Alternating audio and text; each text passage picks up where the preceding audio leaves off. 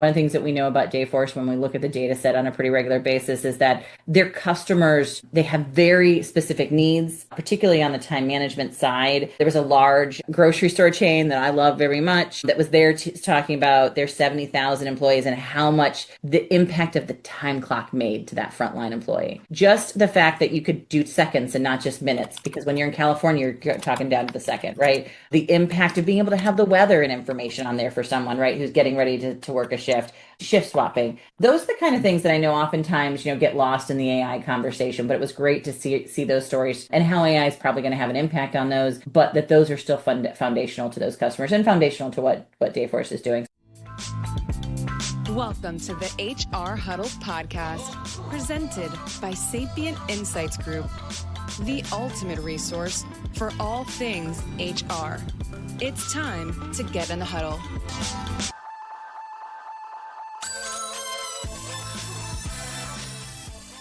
Welcome everyone to Spilling the Tea on HR Tech, where we focus on the hottest HR tech news everyone needs to know to be in the know. We break down the news of the week and help you make sense of what it means for our industry and how it can impact your organization. And we are recording today on June 3rd, 2026. We are already into June, bringing you all the news you can use this week. We have several friends who have kids graduating from high school this week. Our good friend Aaron Spencer's got a son doing that. We got a couple others who are graduating from college. So it's a big week for all the graduates. We're very proud and congratulations to all of them. And does someone have a birthday coming up? A birthday? Oh. Maybe you? Well, mine's not until July. We're good with that. I got a granddaughter. I got to get people prepared. Yeah, for my birthday. Is it that big? Appreciate it. Anyways, I'm your host, Stacey Harris, Chief Research Officer and Managing Partner for Sapient Insights Group, a research and advisory firm, and my co-host, Cliff Stevenson, who did a great job holding down the fort for me over the last couple of weeks and was doing this walkthrough before me last time. But Cliff, it's a lot going on. It is this middle of the summer at this point now. It's hot. Just came back from Dallas. You are heading out to a couple of different places. So what's going on this week? Where are we at with everything? Yeah. Well, first I want to say I'm in San Francisco. I tried my hardest to frame the Golden Gate, which is back here. It is being blown out. And I almost thought about doing that virtual Golden Gate one that everyone has on Zoom. And I was like, but it's actually very close to what I'm actually seeing out here for SAP. I've just arrived, so I haven't gotten all the new info, but I'm excited. But also I want to say welcome back. To you. I don't know which direction we'll be in video, so I'm going to give you the high five upwards. And then down. There we go.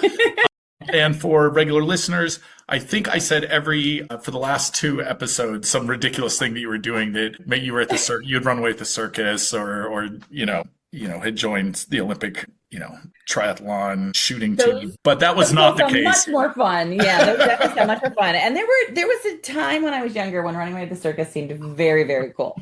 When I was in love with the elephants and clowns before I got scared of them, right? You got to join the American Healthcare Circus, and I did, yes, yeah. So for those of you who weren't aware, and we didn't announce it or make a big deal because I think we didn't know kind of where everything was going to be going with it, but I ended up having to go in May 12th for some emergency surgery. Everything is fine now, but I had some cysts that had to be removed, and they were a little bit larger than we expected, but everything is benign and we are all good. But it took me out of a couple of events, and it was unexpected. But I think that the bigger thing is that one, dealing with the healthcare environment is really difficult, right? And it's always a challenge, no matter who you are and where you're at. I don't find anybody who loves it, no matter whether it's fully paid for in other countries or here in the United States, where we're realizing we're going to get a really big bill at the end of it, right? Even though we do sometimes have insurance for many of us. But what was really frustrating, and it rolls into a lot of I think what we're going to be talking about, Cliff, today, is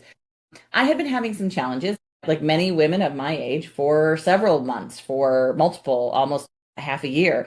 And there was a lot of doctors that I had seen that were kind of like, hey, that's because of your age. It's because of sort of your weight. It's because there was a lot of things they sort of pointed to, even with the testing, and none of them had the data to say what it was. And because none of them had the data to say it was, or put through any tests to actually double check that, it ended up getting quite dangerous for me, which is why I had to have emergency surgery. And it was one of those moments where I was like, look, I'm a highly educated business leader who takes anything a doctor gives me very seriously, make sure that I'm taking care of myself, making sure I do all the things I'm supposed to be doing. Been on my own journey right now over the last, for many of you know, for weight loss for the last year and a half. And what was so frustrating was how little data there was, or how little expectation there was of the type of testing or the type of diagnostics they would have needed to find this. And so really when we finally found it was because I went to the emergency room and I was having some pains and we couldn't pinpoint where those were at, right? And the emergency room caught it. And, one of the things I've been posting a lot about on LinkedIn has been about sort of women's healthcare, how little data. It wasn't until like 1993 when it was required that women were included in all pharmaceutical and medical testing for medical equipment. It is just recently that we've identified how little information, or how actually what the sadder side is, how much information came from old, outdated thinking that rolled into current day healthcare material for training, and then that is now rolling into AI based training for healthcare guidance and advisory services. Because that was one of the things that I did do, like everyone else. I went and Googled all my symptoms. I went and did all the things that I was supposed to do and said, what could this possibly be? And, even though the doctors tell you not to do that, but the doctors use their tools. None of the tools came up with this thing that was actually, after I went through it, and I had a lot of really good friends out there who I had conversations with, I tended to find that I have a lot of female friends. Cliff, you and I are in a highly female-based industry, right? More than half, I have to say more than half. And you guys know I don't do too hyperbole with my stats. More than half of the females that I spoke with that were in my age range or slightly younger either had something like this happen to them or had someone very close to them where something like this happened to them, which meant that statistically, that is a pretty high statistic that this would be in that large of a data set. And when I talked to a lot of them, it was either diagnosed as something different from what I had, or it was is diagnosed under cancer because it was considered cancer. Some it was not diagnosed under cancer because it wasn't considered cancer.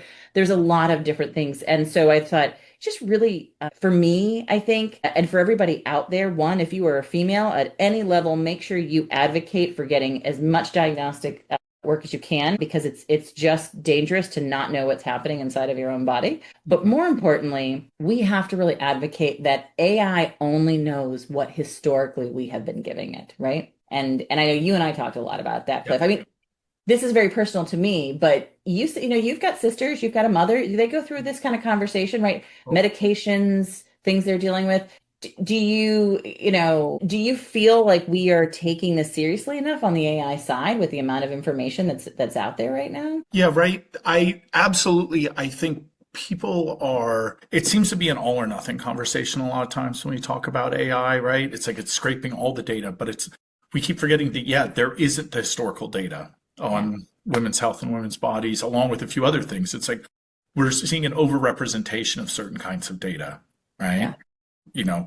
And a complete underrepresentation of others. And it's one of the reasons why we're seeing a lot of both type A and type B errors from AI, right? Seeing things that aren't there or not seeing things that are there. So, and those can have, we're going to talk a little bit about later about, that can have, compliance and risk effects, can affect your business monetarily, but we're talking about human lives. And I think that it's really important to understand the limitations of these systems and not necessarily buy into the hype that it's going to solve everything, because regardless of how great the model is, right? Even if it was perfection, it's only as good as the data, and we are still hamstrung by our own personal issues. I don't even mean that, how our biases work, but our historical biases as a society has caused this issue up to now, which is only going to be perpetuated, Yeah. So I couldn't agree more. The diagnosis era, we get it. You go into the doctor, they're the experts, right? and it feels weird to be like, are you sure? Is there anything else we can do? What about this? What about this? But I do think it's absolutely critical. I've seen it happen time and time again. Yeah, advocacy is the big thing, I think, really pushing to get the answers. But I also think, to your point, and stating the facts. I have most of the doctors I work with are female doctors. I've generally gravitated towards female doctors. So it wasn't even like, I do think they're looking at the data they've got inside their data systems. But we do know that misdiagnosis of females, it's as high as 50% in some categories compared to males. And if you're a female of color, it's even higher, right? Mm-hmm. And so Jerry Stringer, who does a lot of work in this, I've talked to her about her before, and I've reposted some of her work on LinkedIn as well. If you're interested in this conversation, I know, reach out. I'm very interested. We've had a couple of really good healthcare system connected to HR, right? Tool sets that I think could make an impact on this. But I also think it's something that we're all going to have to advocate for, both women and men, and because it impacts all of us, like you said. But with that being said, I am back and I am ready to go and healthy as can be for the most part. I will say I'm still trying to get my energy back, but outside of that, I've been given a clean bill of health from the doctor, which is why I went earlier this week, yesterday.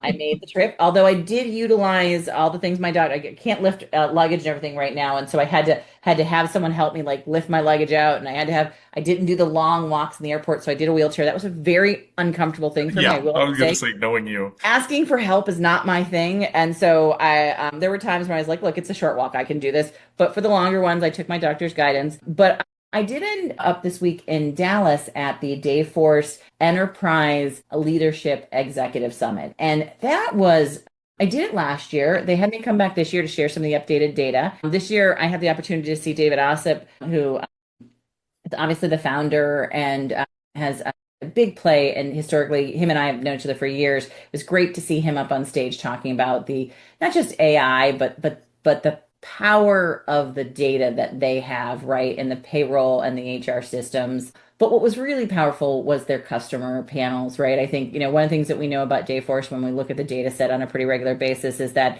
their customers they have very specific needs, particularly on the time management side. There was a large grocery store chain that I love very much. That was there talking about their 70,000 employees and how much the impact of the time clock made to that frontline employee. Just the fact that you could do seconds and not just minutes, because when you're in California, you're talking down to the second, right? The impact of being able to have the weather and information on there for someone, right, who's getting ready to work a shift swapping. Those are the kind of things that I know oftentimes, get lost in the AI conversation, but it was great to see those stories and how AI is probably going to have an impact on those, but that those are still foundational to those customers and foundational to what Dayforce is doing. So it was a great session. We did share some updated data about what's happening in the market. And I know you are at SAP. We'll get more next week on that because you're going to be doing kind of like a brainstorming session, I think is what's happening this week, right? In the San Francisco? Yeah, that's right. There's going to be a lot of roundtables, a lot of exchange of information. I always find the customer stories so powerful. And you heard it here first, folks. We're going to start, already our data is well known. And by the way, the report's out, survey's out. Go take it. You're running out of time. By the time this comes out, you will have less. By the time this comes out, you have less than a week. So go take the survey. Yeah. Make your voices heard. Like Stacey said, don't be silent and get that data out there. Help yourselves, help others. But within that survey, of course, we're getting very large amounts, but we've really leaned into the last couple of years of really looking at not just that quantitative data, but the qualitative data. What exactly are you saying? Let's use your words. We want to start doing that live too. We always report out from these sessions, but we're going to start probably at this session. When I'm out there, I want to hear from you. If you see me, grab me. I'd love to hear your thoughts. It doesn't have to necessarily be on the software in question, right? At whose conference it is. It could be something you're working on. It could be something that you're hearing about AI mandates. It could be something that you're interested in talking about some new functionalities, or even just the number of systems you have. I'm going to use this as a segue to talk about a webinar just completed with Hi Bob for the Australian, New Zealand, and Asian audience. So that was really fun just because I got to do it at 9 at night. Stacey, you and I are both night owls. So I was like, yes, I'm fully ready for I'm not groggy. Everyone else would be like 9 at night. And we're like, no, not a problem. I've had 11 o'clock. Yeah. And a lot of that talk was, on the issue of, regulations and using AI and how do we make that connection to the business case, maybe any of those kind of topics that you want to talk about, like how do we do these things? How do we connect to other people in our departments? Anything like that. Come find me where we really want to start getting videos of you out there. Of course, we have our other podcasts. Stacey will mention those at the end, where we're talking to some business leaders and some practitioners and some vendors, but we'd like to start hearing more and more from the customers, really highlighting your stories. So Just quick promo for that as well as our survey, and we'll get more from SAP. Voice the customer on the street, right? Is it man on the street? That's right. I think we're working on that. We're working on the title. Let us know what you think. What's a good name for that? But absolutely go take the survey. Check that out. You just did a couple webinars as well with ADP that I think people can find. I did, yeah. So I think we're still promoting because the ADP Women at Work was such a great session. That was a panel session. If you get a chance to go through that, it's still very valuable because it wasn't just about women and work, women leaders at work. It was about the work that we were doing and how the impact of being a woman in that environment changes some of those things, the dynamics of the interactions, the things we have to think about differently, right? Which I think is part of that whole bias conversation we've been having. We also did a recording, which is really great, of HR and IT and how they're working together with a lot of focus on the practical aspects of what is it that IT and HR need to collaborate on just on the ground level, like provisioning of technology, right? Onboarding and offboarding, those kind of things, right? And so we had a lot of great conversations with Steve McDonnell on that. That was wonderful. And so, it's been a nice couple of weeks for webinars and events. Even though I've been out of the office, it definitely has we've kept busy. Let's put it that way, Cliff, right? Tammy Smith that we work with, if you listen to this, you did not hear all this work that Stacey's been doing. She's been resting and recuperating. She's certainly not been walking distances of Amy. No. I know. My friends have all been checking up on me. You know who you are. I do wholeheartedly appreciate it. I got flowers. I got cards. I got some inappropriate word puzzles, which I loved. Thank you, guys. I got a lot of books from my good friends and a lot of recommendations for videos and movies. The most valuable one was Bridgerton by far. My goodness. You're not supposed to get the heart rate up, Stacey. I know. Great show, by the way. Yep. But exciting to hear about all those acquisitions that you made. Here's another acquisition that happened. That was the worst segment. And that is Betterworks acquired Rypple. Rypple, looking at what they've done, the idea here is to collect sort of, signal from the noise from all of your employees to help managers sort of effectively understand all the different data points and summarize that. That seems to make a lot of sense for Betterworks, one of the leading performance management tools. They definitely show up in our research quite a bit. So it makes sense to acquire some of the technology when it comes to AI that's sort of purpose built as part of building a complete profile of an employee. Yeah, Betterworks is an interesting one. They show up quite well in the research when we get enough of them. They don't have a ton that show up in the research, but when they do show up, they show up really, really well. They've been around for a while, probably one of the original solutions that were sort of voice the customer engagement and then, sort of moving into performance. But this gives them sort of a more AI friendly sort of performance management model here, right? I'm interested to see, I think we will see more acquisitions throughout what we would consider the performance succession management, career management space, internal mobility. There's a lot of those point solutions right now, I think, in the market who are trying to figure out how they create more of a platform model that plays with the idea of the platform cluster that you and I have talked quite a bit about, which is how do I become more of a destination or at least become a bigger destination to attach to some of the anchor systems? And I do think, we're going to see a lot of these organizations either acquired by a larger solution or grouping together to create a more holistic environment here. So this was not surprising, but it'll be interesting to see how this sort of grows their ability to be a primary solution that you can attach to some of these bigger platform clusters, right? Mm-hmm. Yeah, and speaking of that, because I think, this is a bit of a throwback episode, and that it seems to be very AI heavy. And we're going to talk about some of those stories that strangely all connect. That does seem to happen on the show sometimes. But before that, I do want to mention also, as long as we're kind of talking about joining in, especially from these large companies, is that Rod Johnson just this week, just a couple of days ago, I believe, joined UKG as their new chief revenue officer. His tenure or his CV includes Oracle and Infor, years of experience at, sort of these larger, more complex companies. Very interesting to see just the pedigree, I guess, of what UKG is building over there. Yeah. And this one, it was, a lot of what you're seeing with UKG. And we just did a virtual summit for them. So we should probably mention that. I apologize to Jennifer. We should have had it in the earlier comments, but we did a full day virtual summit for them. I was able to attend part of it because I was dealing with some of the other stuff from getting back from surgery. But Cliff, you attended most of it as well. And what we heard really clearly, I think, probably one of my favorite presentations was from Corey, who kind of is their head of AI strategy, and him and the head of product really clarified, I think, that, AI is being weaved into sort of the huge amount of data that they have access to, because they are one of the largest time management systems in the market, right? Mm-hmm. They have a lot of other things and HRMS and payroll and good things. But from a time management perspective, they have some of the largest companies in the world on the original sort of Dimensions platform now, and that is combined now with the UKG Pro product. And it was clear that that is sort of the heart of where they're emphasizing that AI conversation. The data no one even knows that no one even realizes they have was a lot of the conversation, right?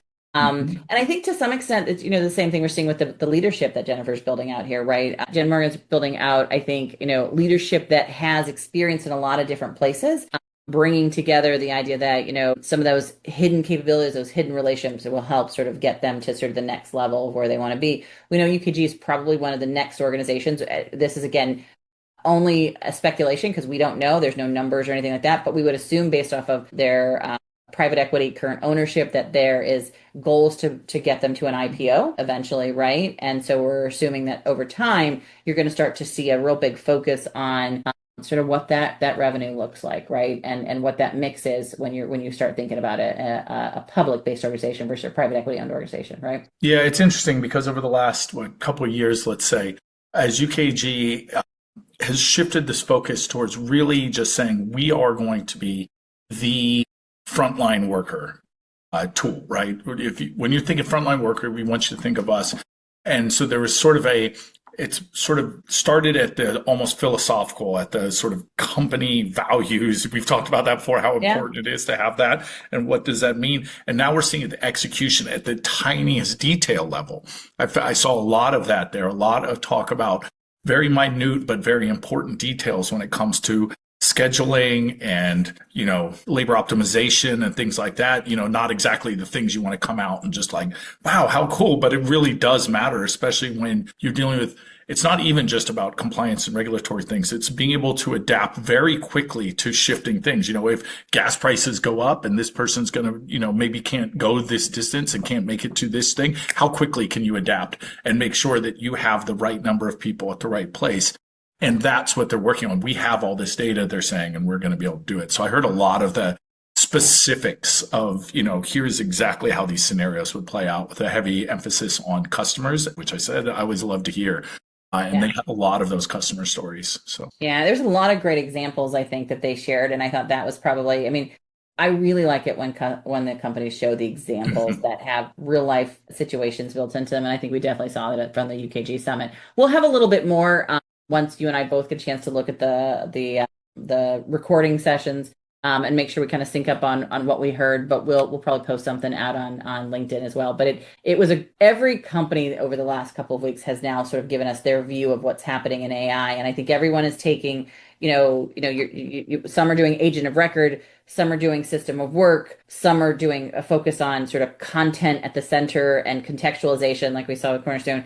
And some are really honing in on those industries that they serve best and the amount of data that they have access to. And so I think, we're seeing all flavors of this right now in the HR space.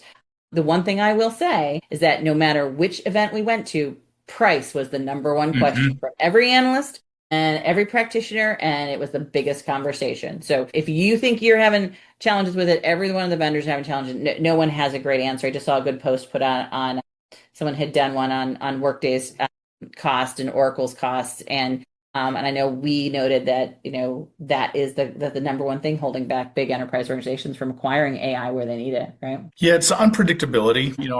I'd mentioned this in the last podcast, but talking to Manshu Absul from Cornerstone and Minnie Paris as well. These are all, public conversations. I put this in the post. You can check that out. We're also going to have a longer blog post you can check out about this. They heard that loud and clear, and they said, it's not even about the cost itself. It's not about the rising costs. It's unpredictability of costs that they found that their customers can't deal with. If they knew it was going to be X amount, even if it's higher, sure, they can budget that in, but it's not the way corporate budgets work. You can't just go, oh, it's this much. And one story that we're not going, well, we are going to talk about it because I'm talking about it now, that at first I didn't know if it was relevant, plus I figured everyone's seen it, is that we're now starting to see usage-based pricing for the most common consumer AI tools. We're seeing it on GitHub Copilot, which is the most used coding AI platform. We're seeing it across many of Claude's products and Claude Code, in fact, specifically, on and on. And immediately we saw a drop in the number of people using it. It caused a huge uproar. And again, people kept saying, I don't care if it's $100, just let me know. I can't have it be, it's this much and I'm out. I can't do my work anymore. Right. Yes. So it's that unpredictability that is interesting. And when we talk about the pricing, it was so interesting. The Cornerstone heard that and said, we are not going to that model.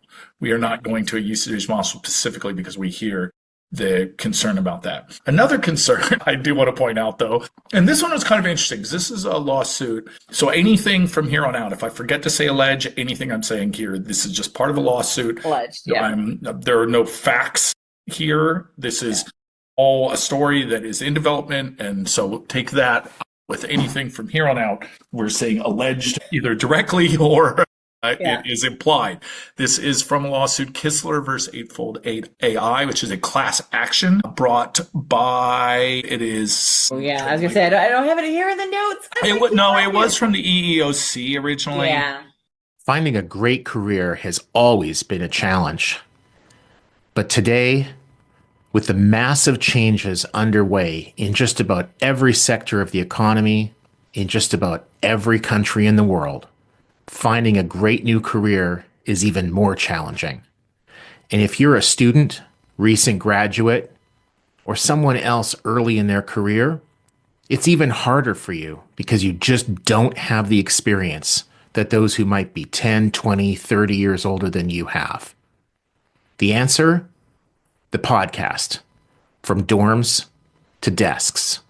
A podcast by College Recruiter job search site, where every week we take a deep dive into a topic specifically of interest to candidates who are early in their careers and looking for a great part-time, seasonal, internship, or other entry-level job. And it's Towards Justice is the nonprofit that originally brought it. And according to the lawsuit itself, it wasn't just that Eightfold AI system was biased. What was going on, allegedly was going on, was that the Eightfold AI system, one that we also track and have, kept an eye on, according to this lawsuit, it was going through, it was ranking candidates, and it was cutting some out of the process without anyone seeing them. Now, the lawsuit isn't about the bias or whether it was even correct in doing that. The problem was that it was doing it in secret, meaning there wasn't human oversight on it, not whether or not people were getting cut unfairly, whatever that might mean. Yeah. The lawsuit's concern and the broader concern why we wanted to talk about it today is because it brings up another point of AI, which is the sort of autonomy. And we always talk about agentic AI and the value in being able to make its own decisions. But then, you can imagine why a lawsuit might get brought up because it was just happening, supposedly, allegedly, without being told to do this. And this taps into some concerns that I saw earlier. And we should know it was doing it as part of the design of the system, right? Like it wasn't being like the and the configuration and setup of the conversation, right? But I think the bigger side of this, if I understand it, is that also too that the person doing the sort of putting forward their resume didn't know it, right? Like it wasn't about sort of that middle. It's that does the person who's being impacted by AI have a right to know that AI is at the front of that, right? Right, and that's supposed to be part of the Fair Credit Reporting Act. That's where this fell under, I think, more or less, because we didn't know where else to put it. But the idea being that if decisions are being made about you by these systems, you have the right to know it. Same, you could imagine why that would kind of be like your credit score, right? Yeah. Bingo. So there's supposed to be specific procedures. You're supposed to know what's going on, and they're saying that was not reported as part of this. Yeah, and it's a big deal. Yeah, it was interesting. So I was looking on the lawsuits, the attorneys, one of the attorneys at least involved, and it was kind of interesting because they literally call it framing the issue, saying that, some stats that 52% of workers is from Pew Research. saying they feel worried about how AI may be used in the workforce. And 45%, this was from a Stanford study, 45% said that they don't believe in the reliability or accuracy of AI. So, this is sort of tapping into this sort of public concern, right? So we've got that going on, while at the same time, there are concerns about the people that are using, even the people that are feeling AI are worried about the sort of uncertainty of how is it working in terms of usage and consumption of inference, and what's that going to cost me? So it is kind of interesting. We not to sort of blow our own horn, but heck, why not? No one can stop me. We started predicting this, I would say, almost a year ago, Stacey. We said, right now we're hearing about the sort of possibilities, capabilities, right? We're wide-eyed, we're looking towards the future, but we know with all tech, there is a bit of a roller coaster of sentiment. Right? We're always super excited when the cloud, we can do everything cloud. And everyone goes, whoa, hang on. I don't know about this. There's going to be security and privacy issues and everything else.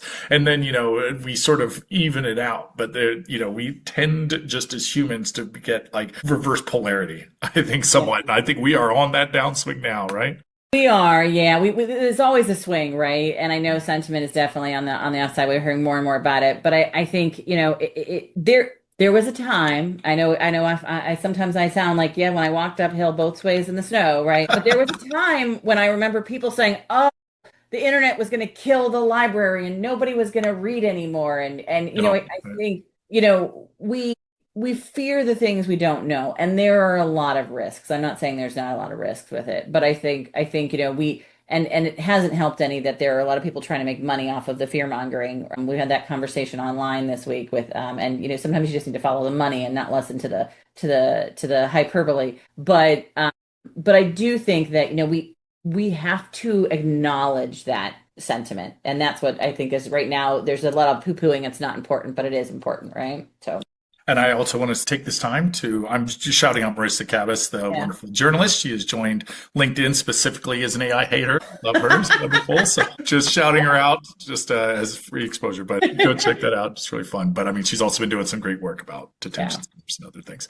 But so interesting enough, just, for listeners, viewers, both you and I, Stacey, both sort of found some interesting stories about this idea of the intersection between what is going on with this sort of general job market and AI, right? Because they're such big stories, we kind of tend to assume they're related. But you and I both came two completely separate studies, both more or less saying they're not related, but showing different data. Fascinating stuff, especially if you're kind of a data nerd, because I saw what Stacey sent me. I was like, oh yeah, that makes total sense. And then I had one that I had seen that also made sense. So we'll start with the one that you sent because it was a little more. This is from Benedict Evans. We'll have a whole link because there is a very large blog post. It's a long post. It was a good story, right? If I recall this one, it's been a while, but Benedict had, I think, I posted this article, and he had posted through this research, and it really was sort of saying, analyzing which jobs, companies, and industries are most exposed to the AI, and that everybody's trying to analyze this. Like every consulting firm, every online assessment, every HRMS right now is doing which is going to be impacted by AI. And I've been very much like, I guess one thing I think we're finding in the market is that, it's a very task level analysis right now. It is not every job and the whole job. It is task, even engineers, like there was a big post this week by one of the NVIDIA sort of investors and a couple of them where they were basically saying, maybe it's not going to be an apocalypse of AI replacing everyone. Because we're actually hiring more engineers than we were previously. And we're like, well, yeah, because you're creating a demand for the space that you are improving on in efficiencies, right? And what I thought was sort of interesting in this one is that the survey data, you can kind of see that the jobs that are sort of having an impact is, they kind of showed 50 years of financial automation, that there was incremental changes in every business model, right? But the thing that really changed with sort of the internet and other things, right, sometimes wasn't the thing you thought was going to be incremental changes. The big thing was that actually no one thought the taxi business was going to be the business that was most impacted by our phones coming in place, right? Or by machines coming in place. And I think that was what the story was kind of getting at, was that while we're looking at the incremental changes and incremental jobs that are mostly connected to the spaces where we're all looking at, something off to the side is where the real change is happening, because there's a need or a thing that could not get solved any other way until this new technology was in place. And that thing is going to disrupt a whole other market we're not even watching, right? Long distance, we would just have this conversation, phone lines, right? We basically said with mobile phones, you would then get rid of all of your home phone lines. Well, that took 10 years to get rid of home phone. And those same businesses that were in that went into the mobile phone business, right? And so that was kind of, I think, where the story was heading. And it was what I found most interesting. I don't know, Cliff, if that fit with the other one you were going to be talking a little bit about. Well, no, but actually another one from that same one from Ben Evans' work was that they talked about even with just computers, right? Like not even going to like the specifics, but once there kind of been the advent of personal computers and we have all these systems, there was a prediction even back then that we weren't going to need accountants because basically, who needs math nerds? We've got computers now.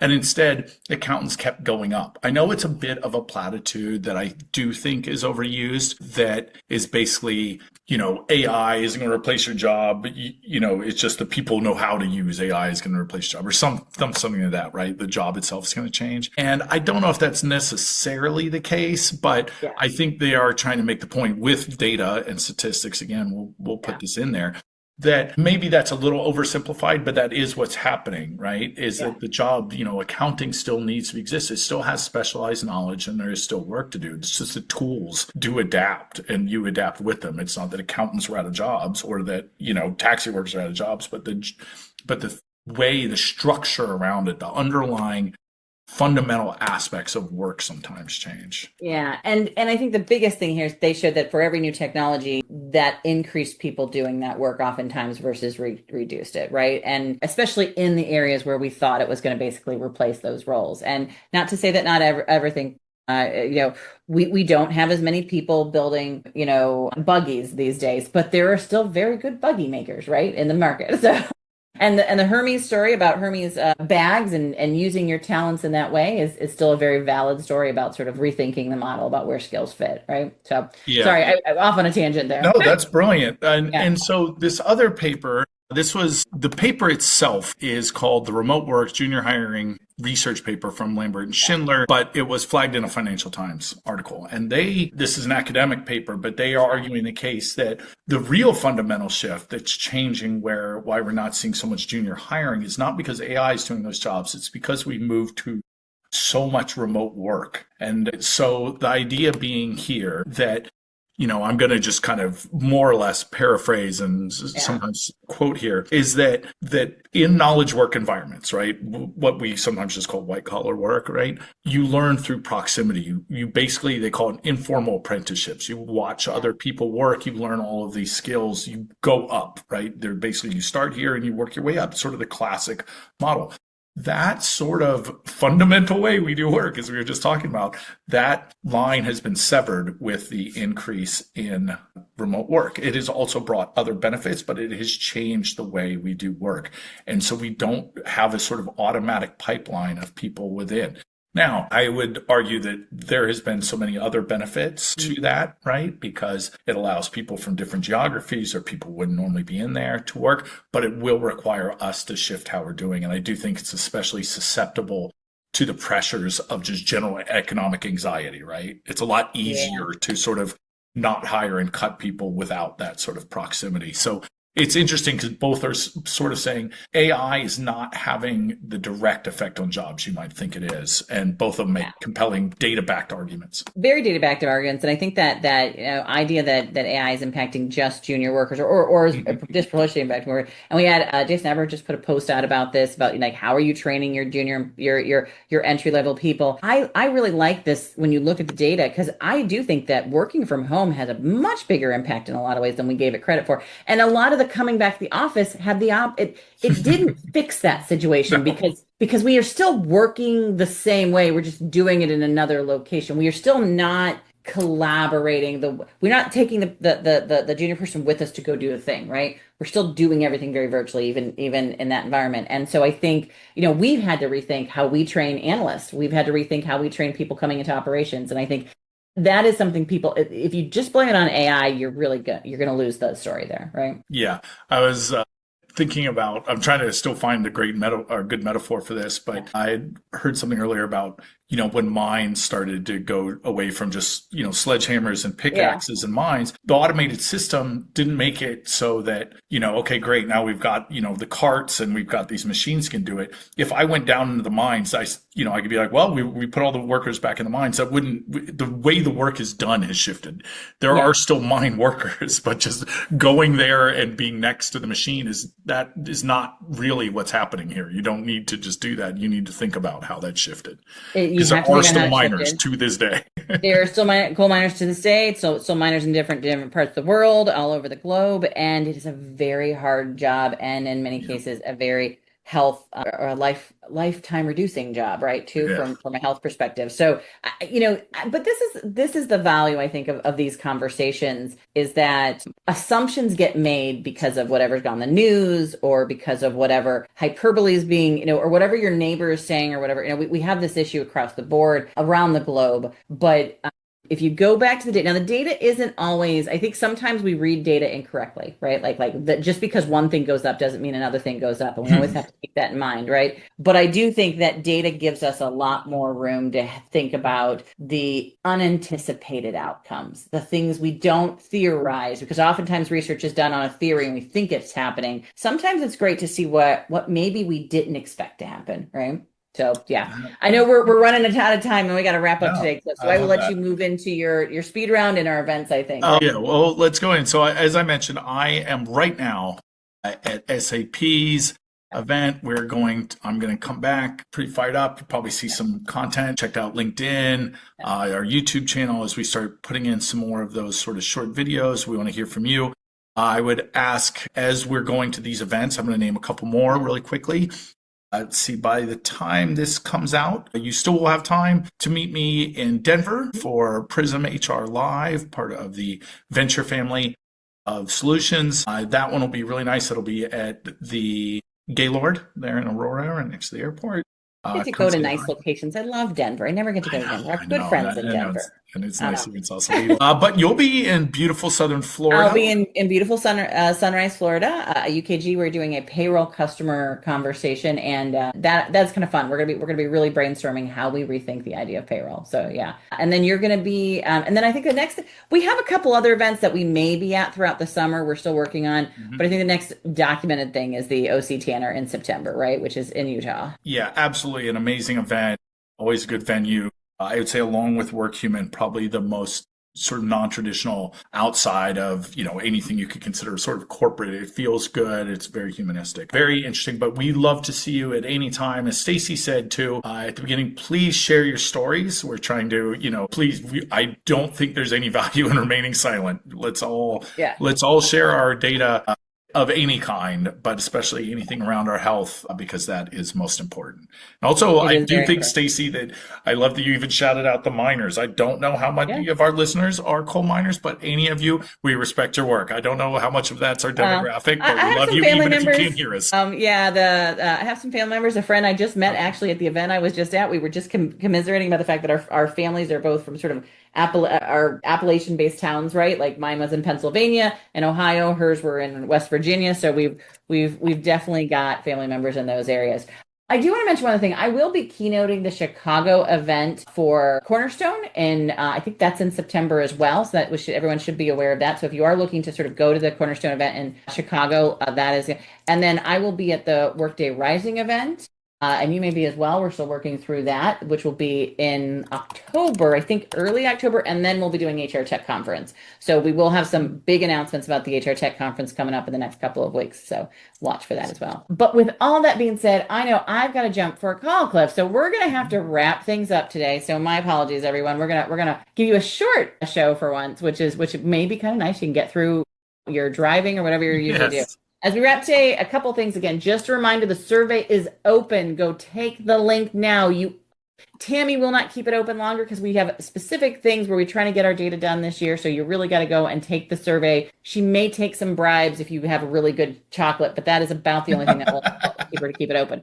Also, if you want to hear more about where we'll be at, what we're doing, be sure to go to our website, sign up for our newsletter and the ongoing updates, where we'll be speaking, visiting, and how you can participate going forward. Be sure to listen to our sister HR Huddle podcast, HR We Have a Problem, run by our Cliff. Our wonderful friend, Cliff Stevenson. Steven, because we haven't updated the data here. I gotta write the new name in here because I still have Terry's name in here. You also have the pivot effect, though, if you do want to hear Terry. We also have the pivot effect with Terry and Susan, and now we will be doing the Man on the Street, the Voice of the Customer podcast. So we got lots going on the podcast front. If you'd like to help support the podcast, please subscribe and leave a rating. That is the best way for us to get your feedback. Do you like these shorter ones? Does that help? To stay up to date with immediate breaking HR tech news and get all the behind the scenes content, you can follow us at Sapient Insights on LinkedIn and Instagram. And a thank you to our production team, Brand Method Media Group, who helps us produce our podcast, run by amazing founder Kelly Kelly, and our marketing team, Summer Alano, Cole Harris, Caitlin Diamond, Linda Galloway, and all the other people who get this up and on the road. Now we got, I think, Kelly Kuhn. Yeah, right. We've got a team that's just growing. Thanks to our listeners and community. We couldn't do this without you. And that's it for this episode of Spilling the Tea on HR Tech. We hope it's been just the brew you needed to start the engines running this week, and we will be back in 2 weeks with another pot of boiling hot HR tech updates and insights. Thanks, everyone. Bye.